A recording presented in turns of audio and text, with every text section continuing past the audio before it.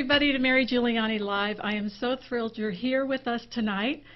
We have got a fantastic show. We've got Catherine Gray, who is an amazing award-winning producer and director, and just I'm going to get a lot into Catherine's history in just a minute or two. But first, I just want to welcome everybody that's here tonight and just let you know that the whole purpose of this show is to empower you to create a life you love and live your highest calling.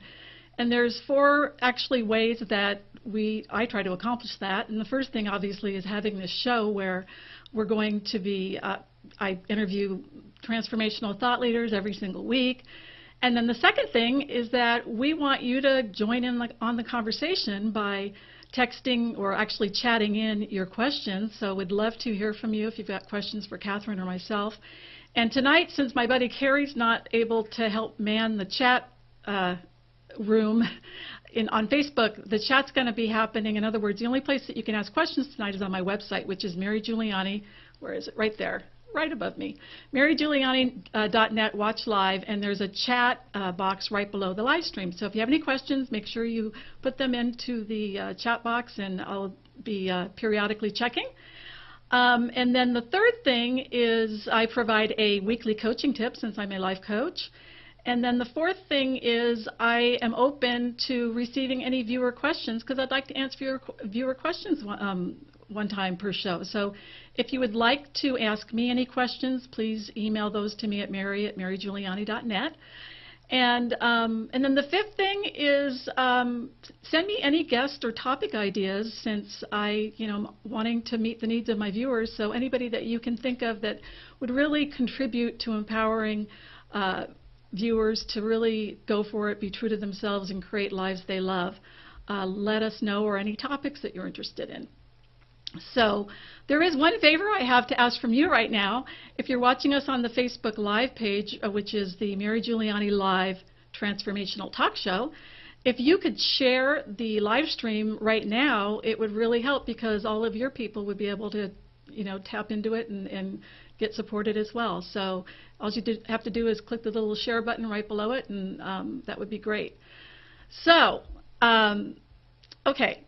I'm very, very excited to introduce our first guest for tonight. Her name is Catherine Gray, and Catherine, she's an award-winning film producer.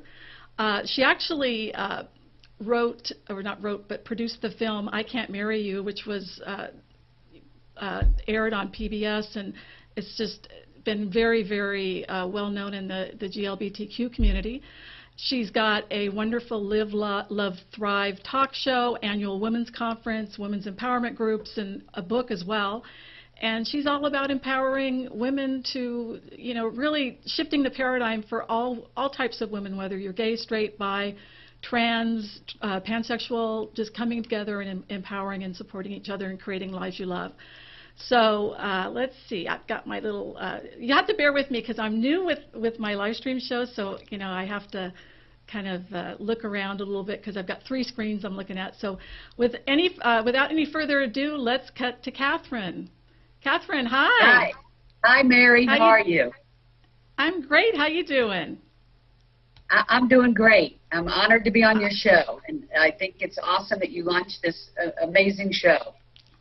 Well, thank you so much, and you've been such a support for me, and we'll get into a lot of the things that I've been participating in with your programs, because they've been just fantastic, really. What I love to do on this show is really talk with women that are doing amazing things in the world, and also find out what they're doing and how they can help people, but also find out what your story is, and what you had to overcome, or what inspired you to get to where you are in your life. And so I loved doing the research for your interview because you've had such an amazing past.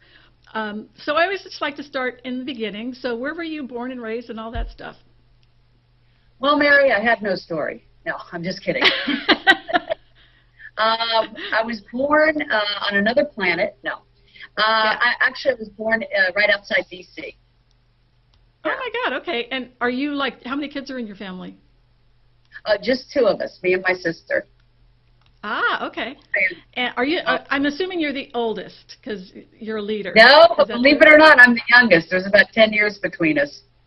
Oh my God, that's Don't kill me interesting. for saying that, but Yeah, yeah. So as far as like what inspired you to like, well, I guess one of the things that you're so obviously into, from what I've seen, is really empowering women, but also you have a wonderful history of empowering the gay and lesbian and bi and trans and pan community. And so if you wouldn't mind sharing a little bit about, when you first knew you were gay and coming out and that sort of thing, that'd be great.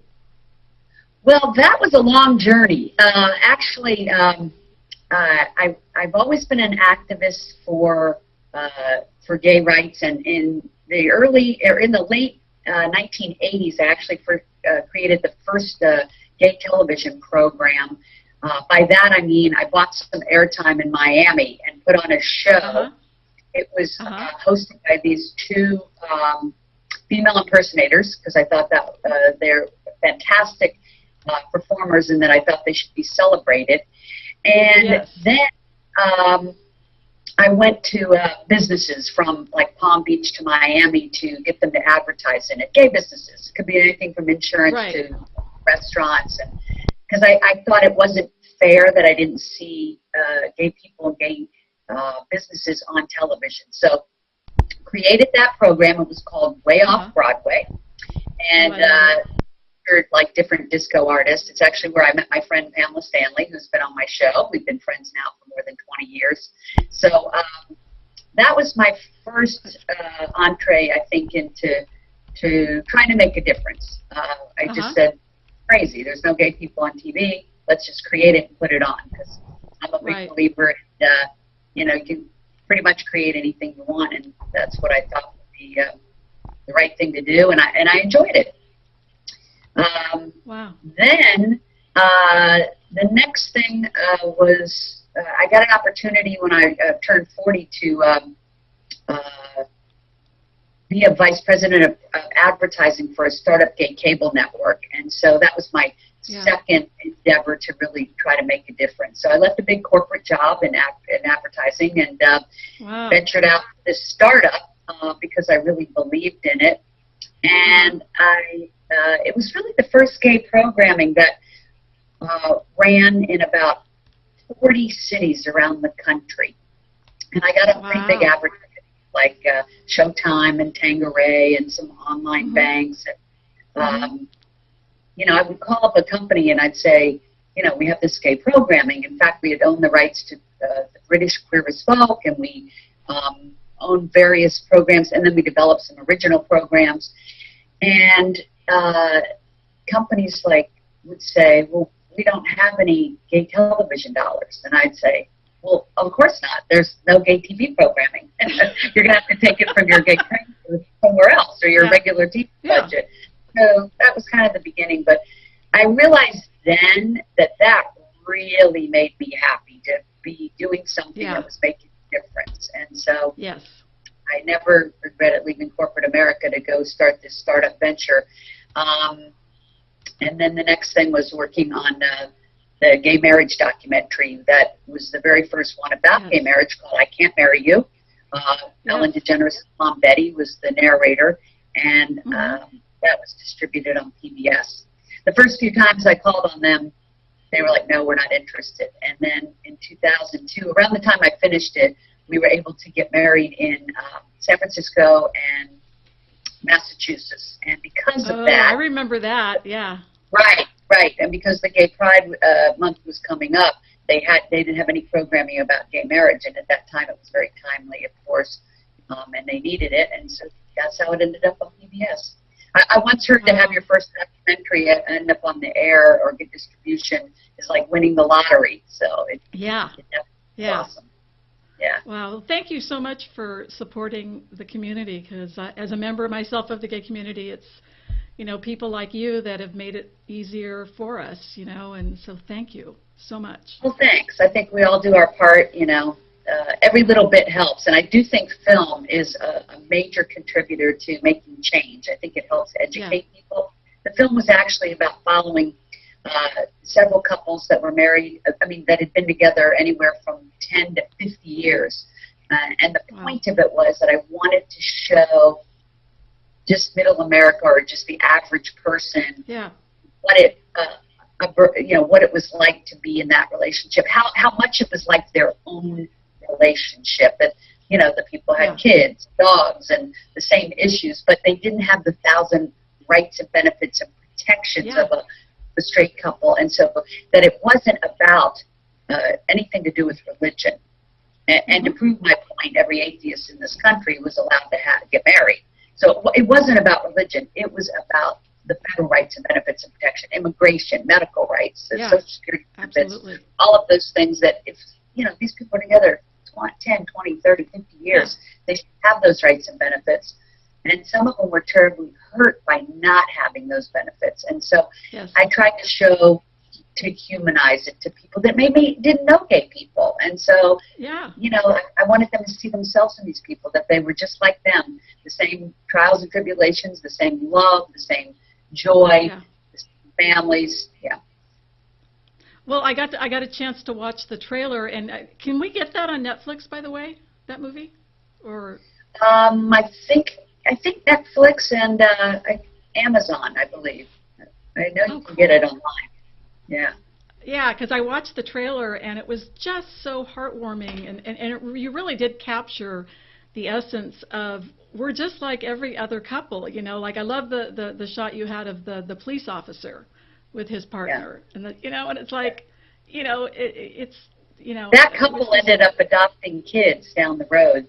They actually adopted kids, and then the court decided that because they were gay, it would be better off to put the kids back with the crack addict mother. So they were heartbroken after that, if you can imagine. And then they eventually did.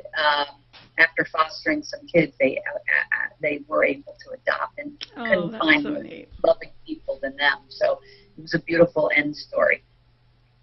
Well, and like being able to watch the trailer part, because I'm going to watch the movie from Netflix, but just the short piece on the trailer, it was like, oh my God, now we have marriage. You know what I mean? And it was like, isn't that a miracle? When you did that, we obviously didn't, and it felt like it was kind of a far reach. I mean, wasn't that in '04 or something, or? Yeah, that was in '03 or '04, but I started it in 2001 or 2, and at the time, people said to me, "Are you crazy? That'll never happen." And I said, "Well, it should." Just like people today. I mean, like, women aren't paid the same as men for the same job. Like, how crazy is that? See, I just always see things in a realistic way, and I thought, that's just crazy. We can't get married, and what am I going to do about it? And so that's the key piece. What am I going to do about it? I mean, I just want to, sorry to interrupt, but instead of just kind of complaining about it, you got into action. Yeah, well, thanks. And I got to travel the country and show it in, festivals and centers. It's now in libraries and colleges and all over. People use it for college courses. And, and it is things like that that have made the change happen maybe faster than it could have, because I really thought it would take about 20 years for them to overturn DOMA. So I was very happy that it took about 10 to 12 years from the time the film was made. Yeah. I remember hearing that news at Starbucks and just, sobbing up because I couldn't believe it. It was like, wow, this is happening. And then I have people write me then and say, you helped make that happen. Of course, I mean, it took a lot of people. It takes a village, but it was nice to be part of it. Oh, my God, yes. I remember hearing before this all happened that people that were against gay marriage, like a huge percentage of them thought that they had never met a gay person. And so the point being is that you were able to show that we're just like everybody else, and so many, and so many gay people weren't really out, and so all these straight people were thinking that they didn't know a gay person. And anyway, so that was just fantastic. I'm so glad you did that. And thank you. Anyway. I am too. It was one of my proudest accomplishments. I bet. So as far as just your own coming out process, what was that like for you, and what were the challenges for you? For me, it was over many years because, of course, like you, we grew up in a time where it still wasn't acceptable. And, I mean, even today, the kids, I'm sure, have some obstacles. Some families still throw their kids out, which is abominable. But it was even tougher then. So I was kind of out first amongst friends, then amongst coworkers, and then last to my parents.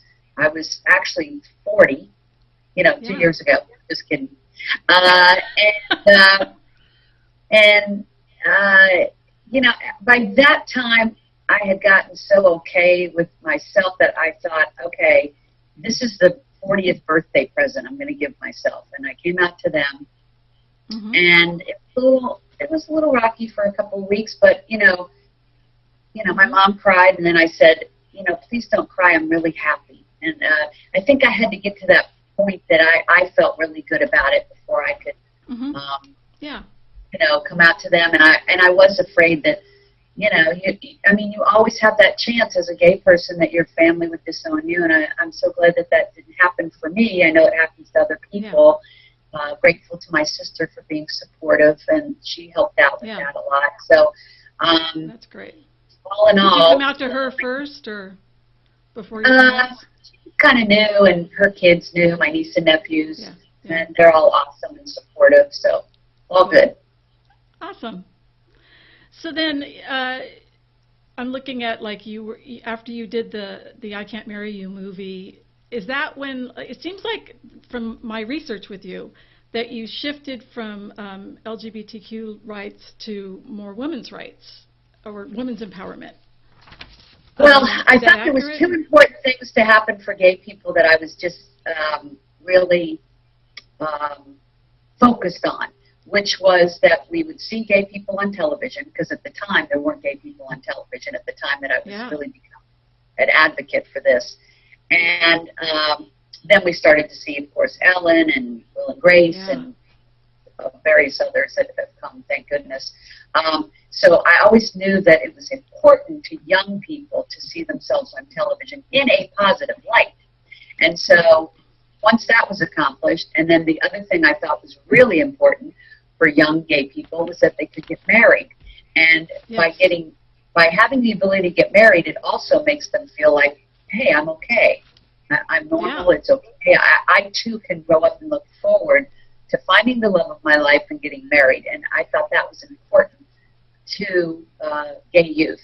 And so once those two things were accomplished, I thought that was my main focus. I just felt that it was important for gay women to team up with all women, that we need to come together if we're ever going to really have equality, that we can't segregate ourselves. And so the purpose of 360 Karma Women was to create a community that's for all women, all ethnicities, all sexualities, all religions, to come together because, as the saying goes, before I even knew it was a campaign slogan, we are stronger together. And so that's always been something that's been a focus and a tagline for 360karma.com, which is the site for, the conference and my show. And the Live, Love, Thrive conference and show, talk show that I do, the workshops, the events, these are all geared to two things. One is I want to showcase women that have overcome obstacles and are doing a triumphant work in the world, because I want it to inspire other women. I want them to see themselves in those women and say, oh my gosh, they have my obstacle, either domestic abuse or some sort of illness or, just some sort of obstacle that they relate to, but look what they did, and inspire them to do the same. And then the other is to provide the tools, like the workshop that you're taking with me, the Live, Love, Thrive workshop, the Live, Love, Thrive conference. These are all designed, and the products that we're putting into the site, to be tools and resources to help empower women so that they step into their highest self. The more women we have doing that, the more powerful we become. And so it really is about shifting the paradigm of women helping women, just like an old boys club. But I always say nobody wants to belong to the old girls club. So I call it the bold club. That's what we have to I love create, it. I love it. Yeah. Well, yeah, I was just going to say, so when did you start 360 Karma Productions? Right? About a year and a half ago. I saw a need for that, and then actually my conference was a few days after the election last year. I teamed up with the city of West Hollywood to put it on here in this great city, and decided that it was going to be one of two things. I knew we were either going to be celebrating having a female president for the first time, or the latter, which is the case, that it would really light a fire under people, under women, to realize, oh my gosh, you know, we can't be complacent, and we are going to have to suit up and armor up and come together stronger than ever to really make change, and instead of going backwards, continue to go forwards. Right. And so, oh my. At the time, I thought the mission was a little bit different than it turned out to be, but just like the gay rights, I guess, you know, right time, right place. It's really listening to your insides, what you're meant to be doing, and feeling that calling. Right. Well, gosh, I got to say, I went to the conference and it was phenomenal, and it really lit a fire under me because I didn't know I was going to do this show until October, so it was only the month before. And so I had a lot of preparation to do. I had to get a lot of training on how to run my own little in-home video studio and everything. And so you following your calling was perfect timing for me to be supported in following my calling. And and so I did the conference. I met. I was able to then do your speakers series workshop with the several experts that you had just a few months later. And now I'm in another empowerment group for women that you're doing. And I have to say, it's like one of my top 2 support systems. So thank you so much. It's amazing when you have powerful women that are there for you. There's just nothing like it, you know. And so it's already doing wonders for me. So I would just say to other women, if you really want to go for it in your life, or even if you're not even clear about what you want, get involved with Catherine, you know, her 360karma.com. There'll be something that will support you. I really appreciate that because I don't look at it as marketing to people. I look at it as how can we help people. That is the focus of this. How can we sustain it, and how can we keep helping people? And that is the whole crux of the conference. So thank you for saying that. It makes me feel like all that effort and focus to put all that together has made a difference. I appreciate it coming from you.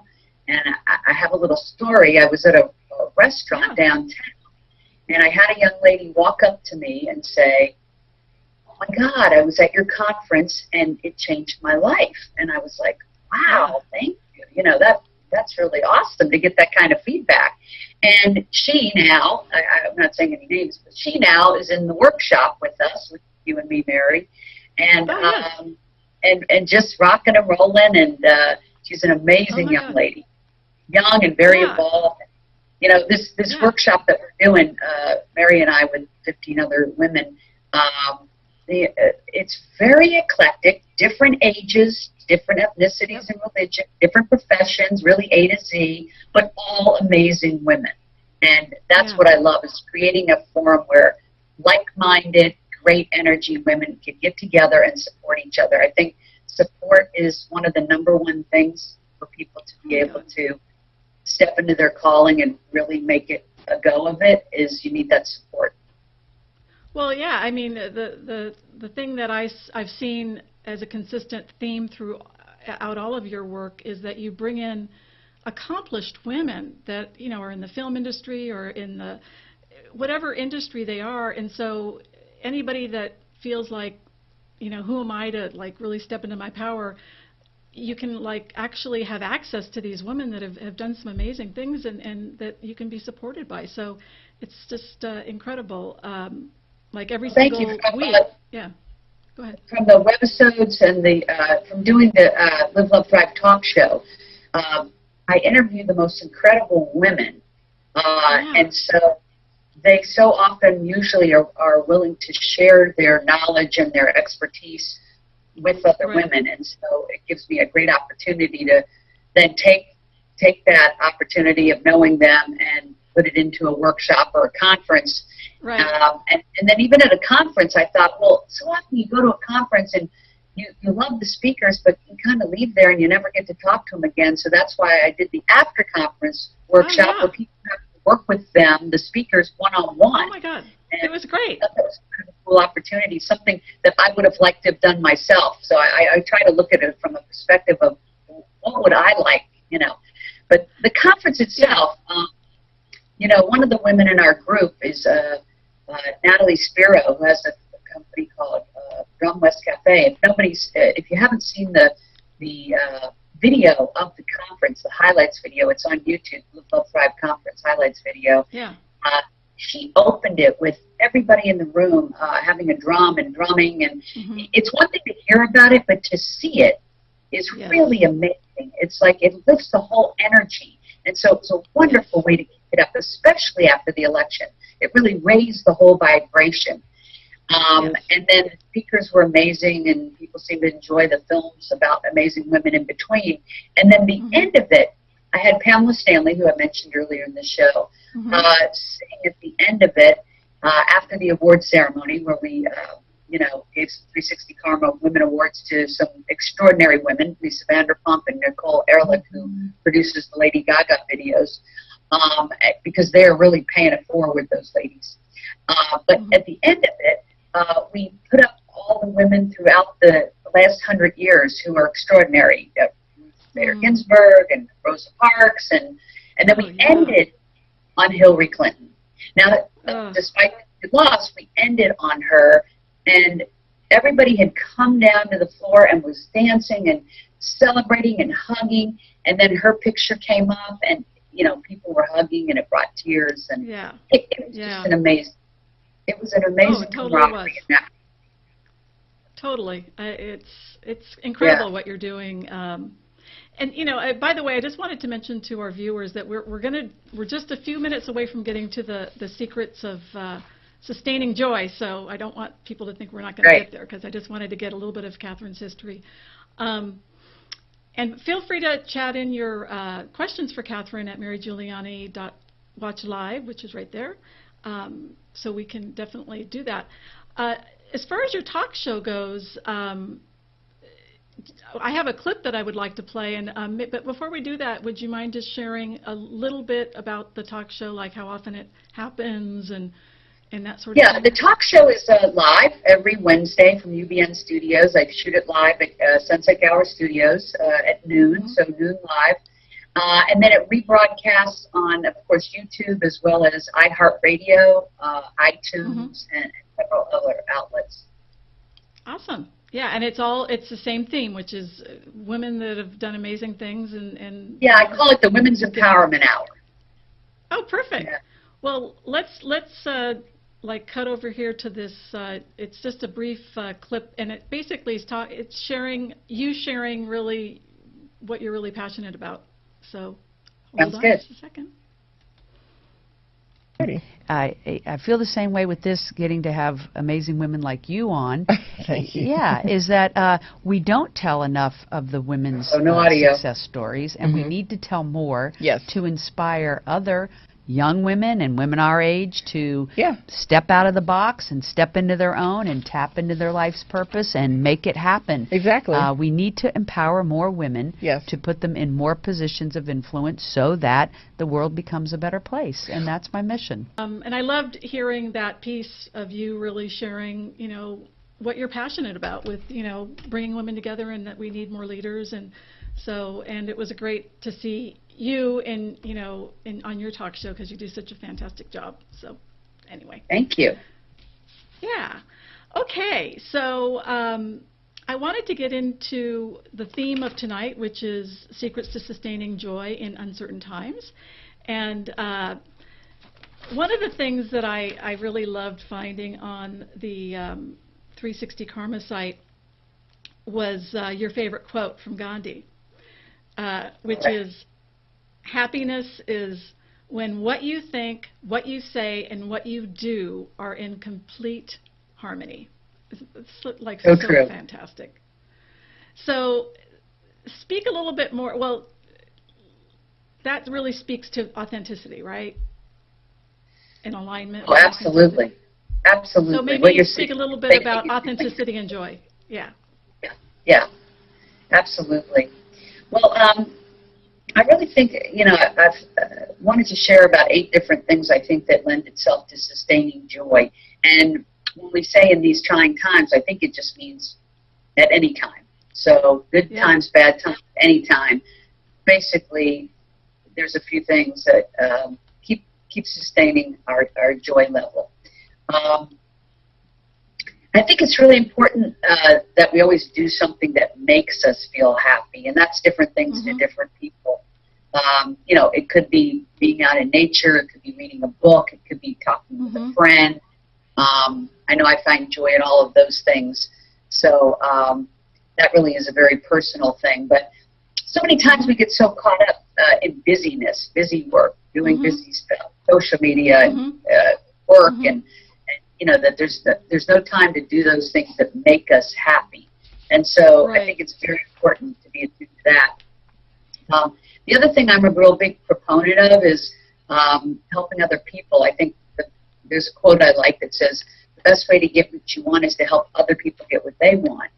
And Zig Ziglar, isn't that Zig Ziglar? I think it might be Zig Ziglar, and I like that. I think there's a real truth in that.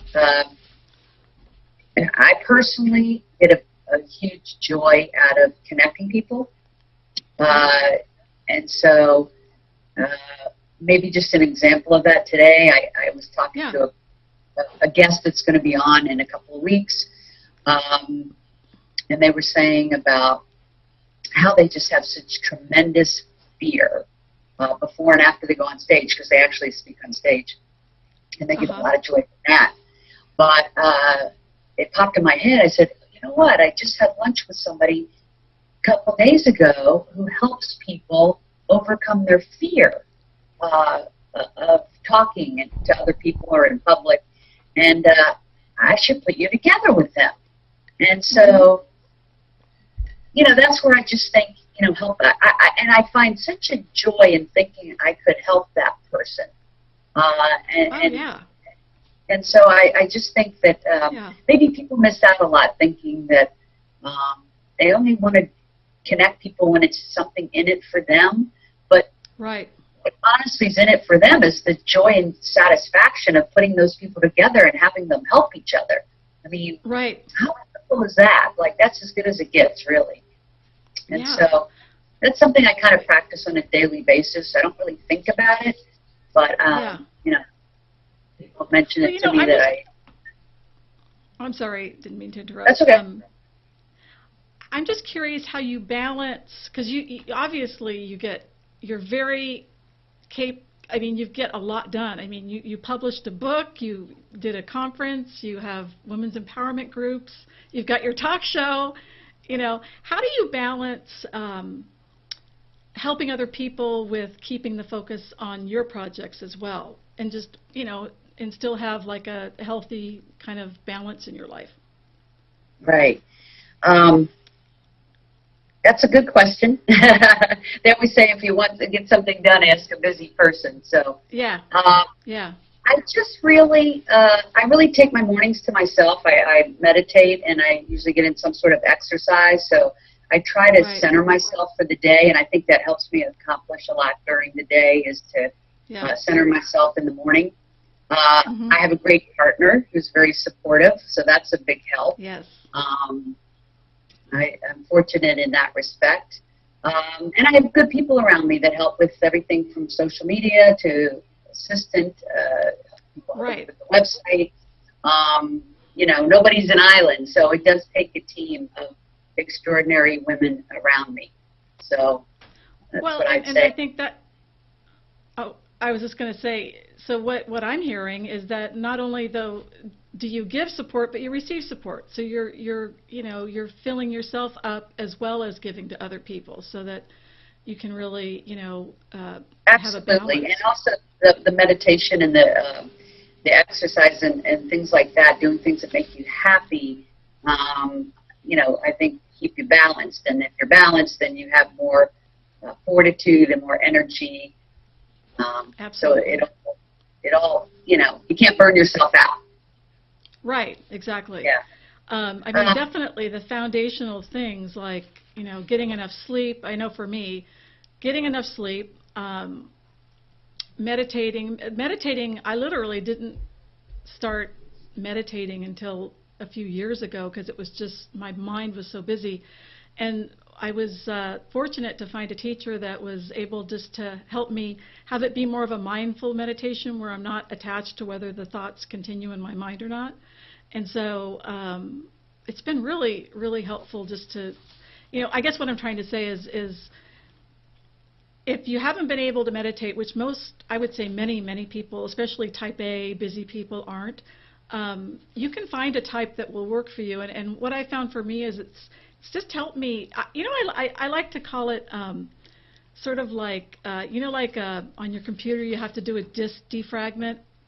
You defrag, yes. It's like that. It's like doing that for your consciousness. It's that's a good analogy.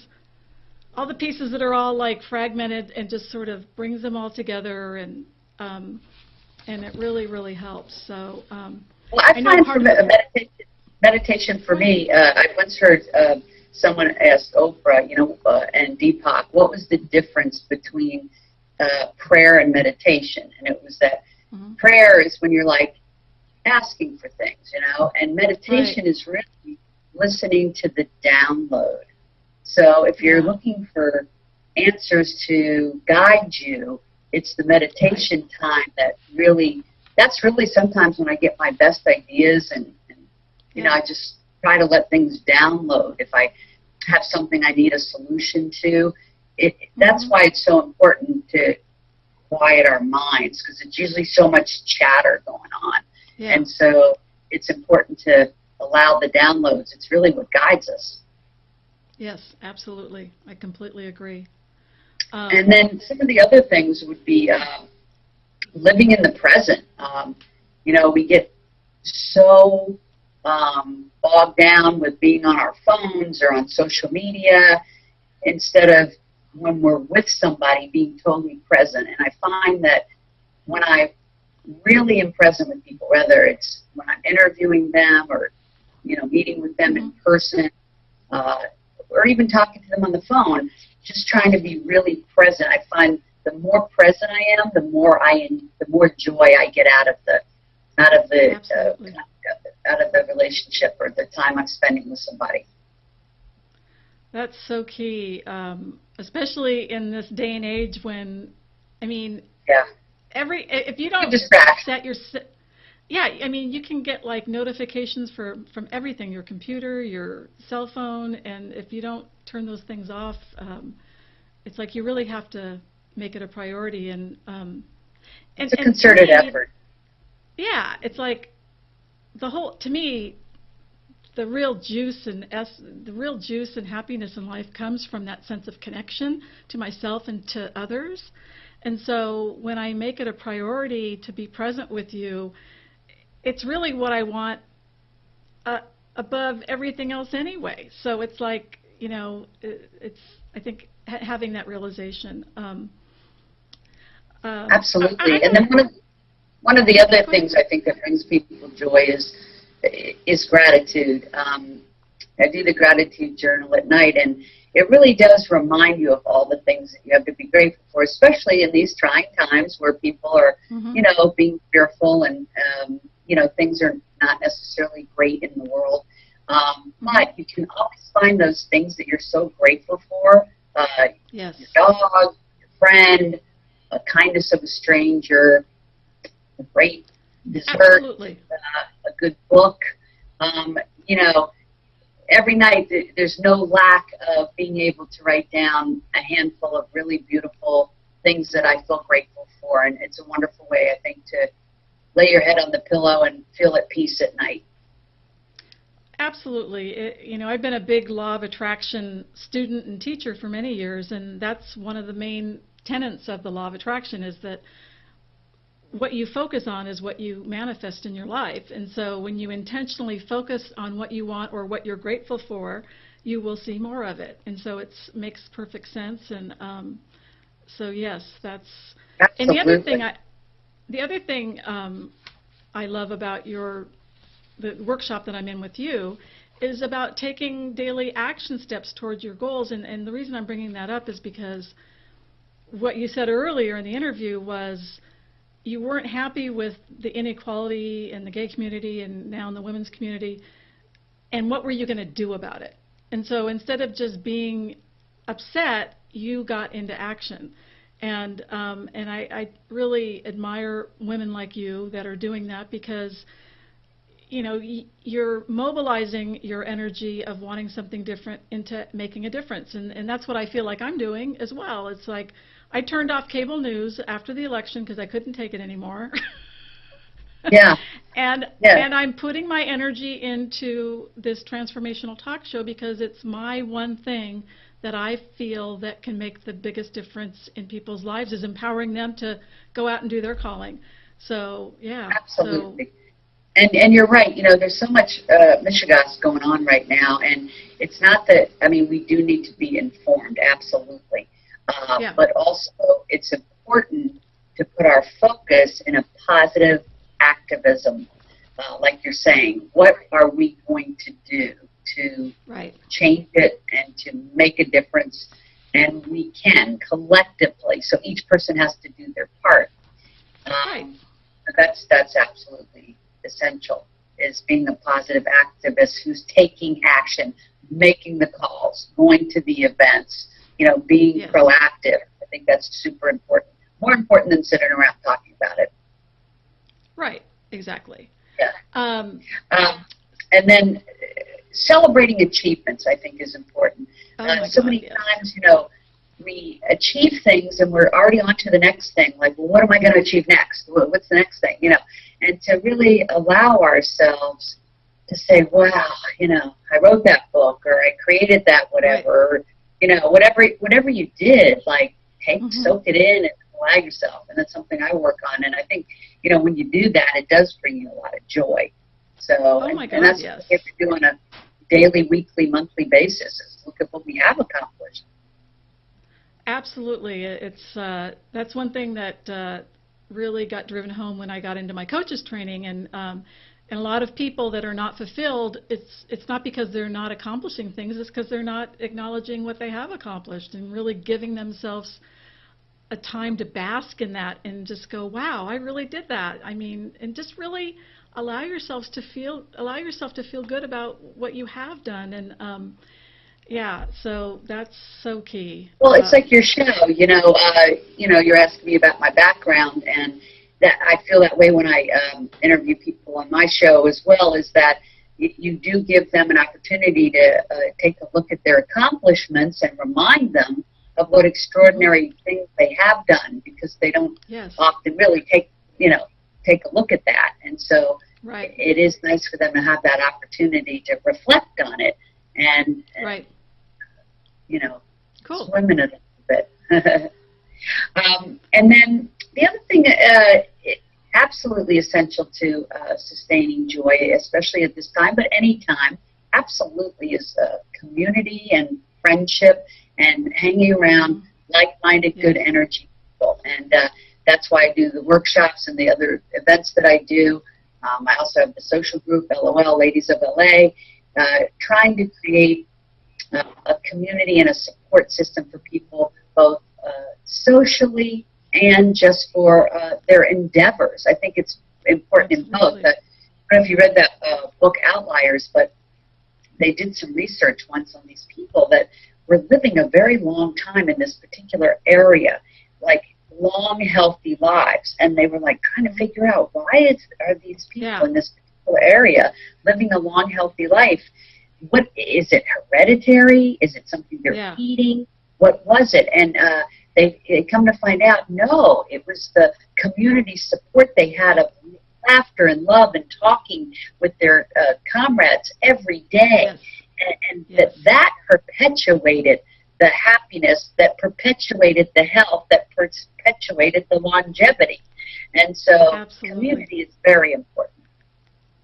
And thank you for sharing that, because it's so easy to, I mean, the path of least resistance in our digital world is to, we don't have to get together in person as much because of, the technology, which is a great thing in some levels, but on the other level, there's nothing like an in-person experience. And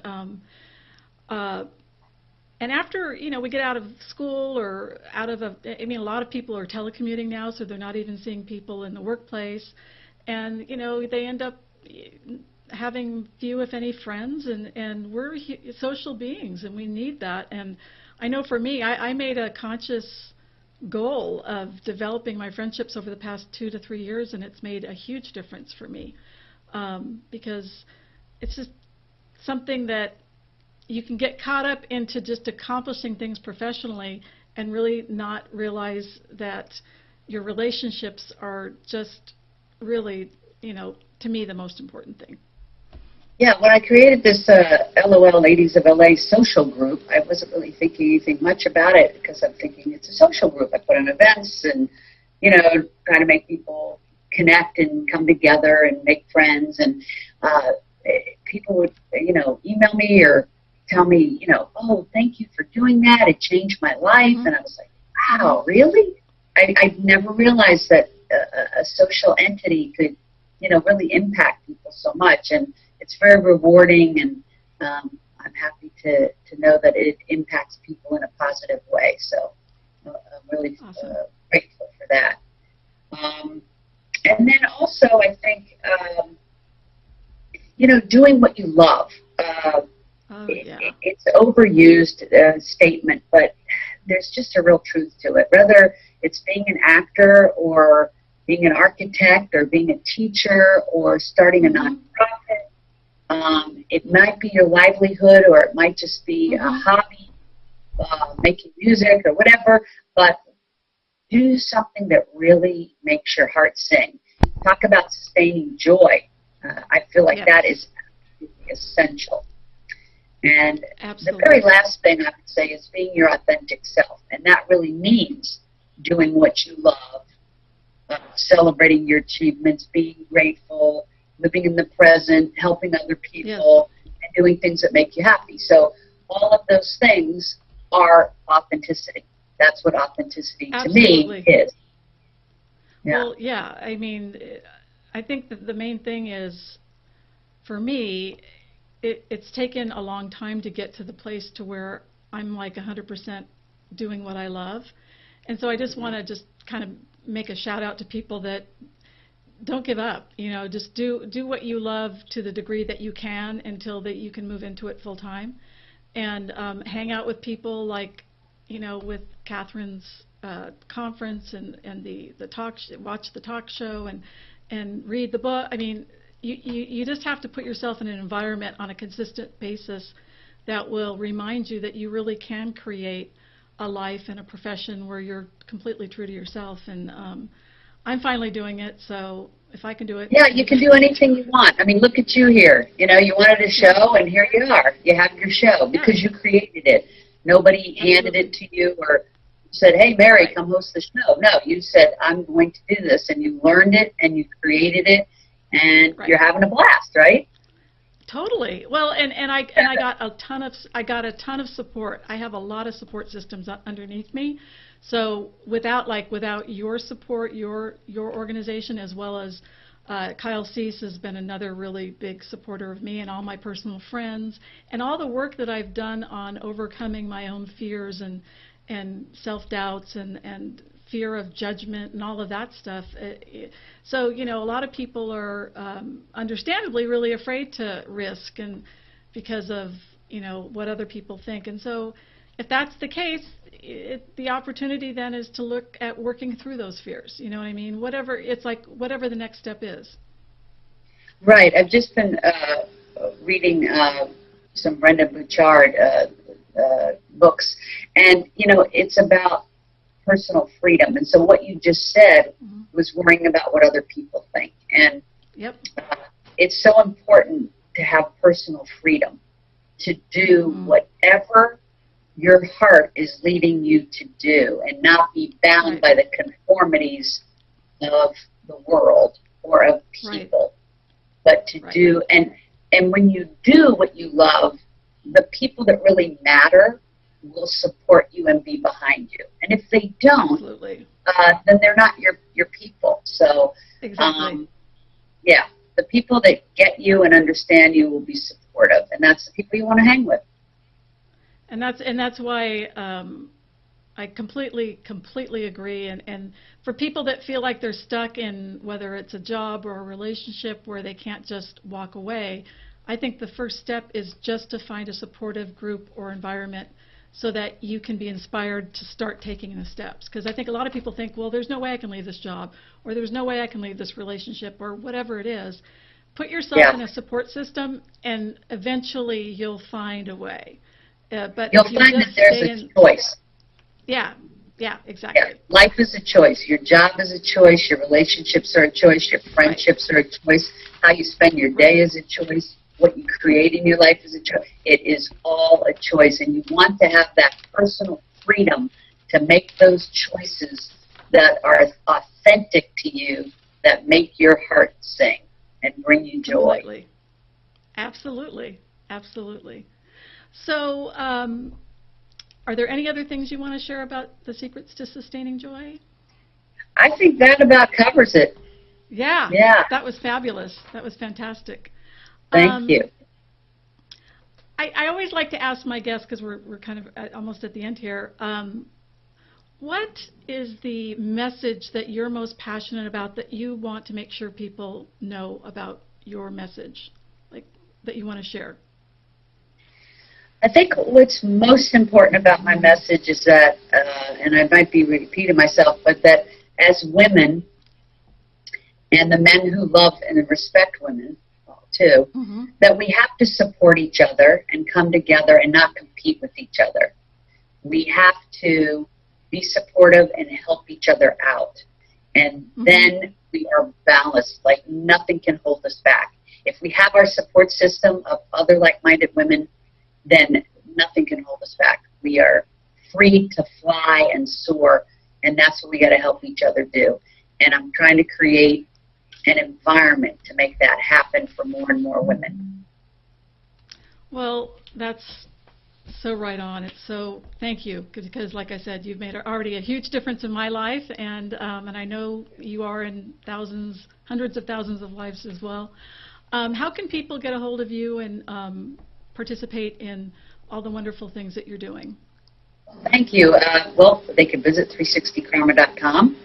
And 360 Karma Women on Facebook and Twitter. And they can tune into our Live, Love, Thrive talk show, which is live on UBN every Wednesday, which they can find on Facebook. We do it Facebook Live like this. Great show. And also they can go to their iHeart app or iTunes app and type in Live, Love, Thrive and subscribe either through those entities or on YouTube. And once you're a subscriber, you get our shows every week automatically. So that would be awesome. Perfect. Please join us. Well, Catherine Gray, thank you so much. This has been such a pleasure. And again, thank you for all you do. And just keep on keeping on, because you're doing it and you're making a huge difference. So thank you. We'll have to have you back. Okay, take care. Bye-bye. Take care. Have a great week. All right. So Catherine Gray, wow, what an amazing woman. And, you know, to have women like her in our community that can really be just an example of what's possible when you are true to yourself and follow your heart is just so valuable. So, wow, I'm very, very, very grateful for her to take the time out for chatting with me tonight. Let's see, we got a couple more things, then we're going to sign off. Excuse me for looking away, because I don't have a teleprompter yet. Oh, I know. I was going to say next week my guest will be Marnie Spencer Devlin, who's has an amazing story, who wrote a book called Iceberg Principles and Crawling Toward the Light. She's a life coach, an artist, just a phenomenal woman that really pulled herself out of a very, very challenging life. And so she's another great example. Is if she can do it, you can do it too. Every week I like to share a coaching tip because I'm a coach. And so the tip that I wanted to share, since we're on sustaining joy, is one of the law of attraction principles that has been really, really helpful for me. And it's called the rampage of appreciation.